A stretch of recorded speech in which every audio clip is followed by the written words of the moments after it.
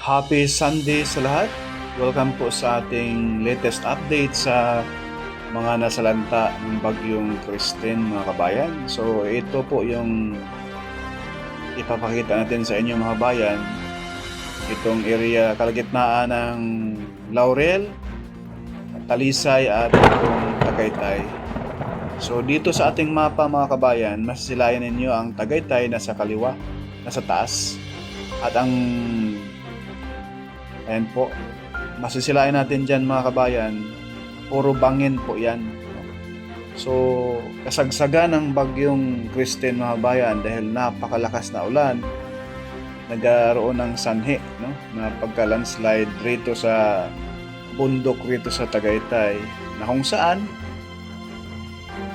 lahat ng tubig, mga lupa na landslide rito sa kabundukan ng Tagaytay, mga kabayan, ay doon bumagsak sa bayan ng Laurel at itong Talisay, no?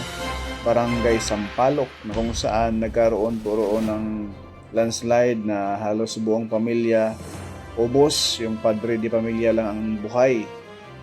Ayan po, yan po yung Skyranch, mga bayan.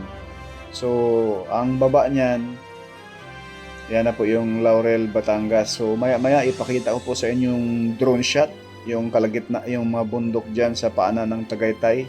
Ayan po yung Laurel sa baba. At yung ayang kulay puti na yan, yan na po yung barangay na Sampaloc, na kung saan may 20 na patay. So ito na po ang sitwasyon, mga kabayan. Ito po ang punot dulo sa mga na salanta ng bagyong Kristen dyan sa baba, no?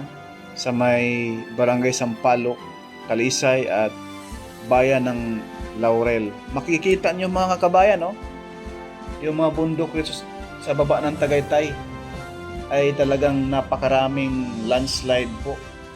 Talagang lahat ng tubig dyan sa Tagaytay, mga kabayan, sa mga kabundukan dyan ay bagsak sa baba, no?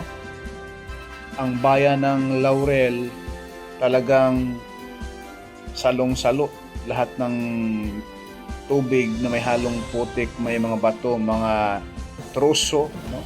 Ayan po, mga bayan, no? Diyan sa unahan, kitang-kita po natin. Yan po yung bundok na ang baba ay barangay Sampaloc, na kung saan may na matay na 20, no? Yan po yung area na yan, mga kabayan. Napakaraming landslide po rito sa Tagaytay, mga bayan, no? Sa akin lang po ito, mga bayan, opinion, no? Yung bayan ng Laurel, mga bayan, hindi po safe talaga sa ngayon. Mas kung anong gagawin ng gobyerno dyan, ilikas po ba ang mga kababayan natin dyan sa bayan ng Laurel? Dahil bawat may mga bagyo, malalakas na ulan, doon talaga babagsak yung tubig sa kanilang bayan. Ayan, masisilayan natin yung baba, mga kabayan, no? Yung mga debris dyan ng puno. Ayan, kitang-kita. Yan po yung mga dinaanan ng tubig at may mga putik dyan po. Gusto ko sanang babain dyan, medyo walang daan. Pero may mga bahay yung baba. Yung mga bahay na yan, mga kabayan, sigurado natamaan ng tubig bayan. Ayan po yung bayan ng Laurel, mga bayan, oh. Yan na po, mga kabayan, yung baba ng Tagaytay. Yan na po yung Laurel, na talagang matinding naepektuhan itong nakaraang bagyong Kristen. Yan po.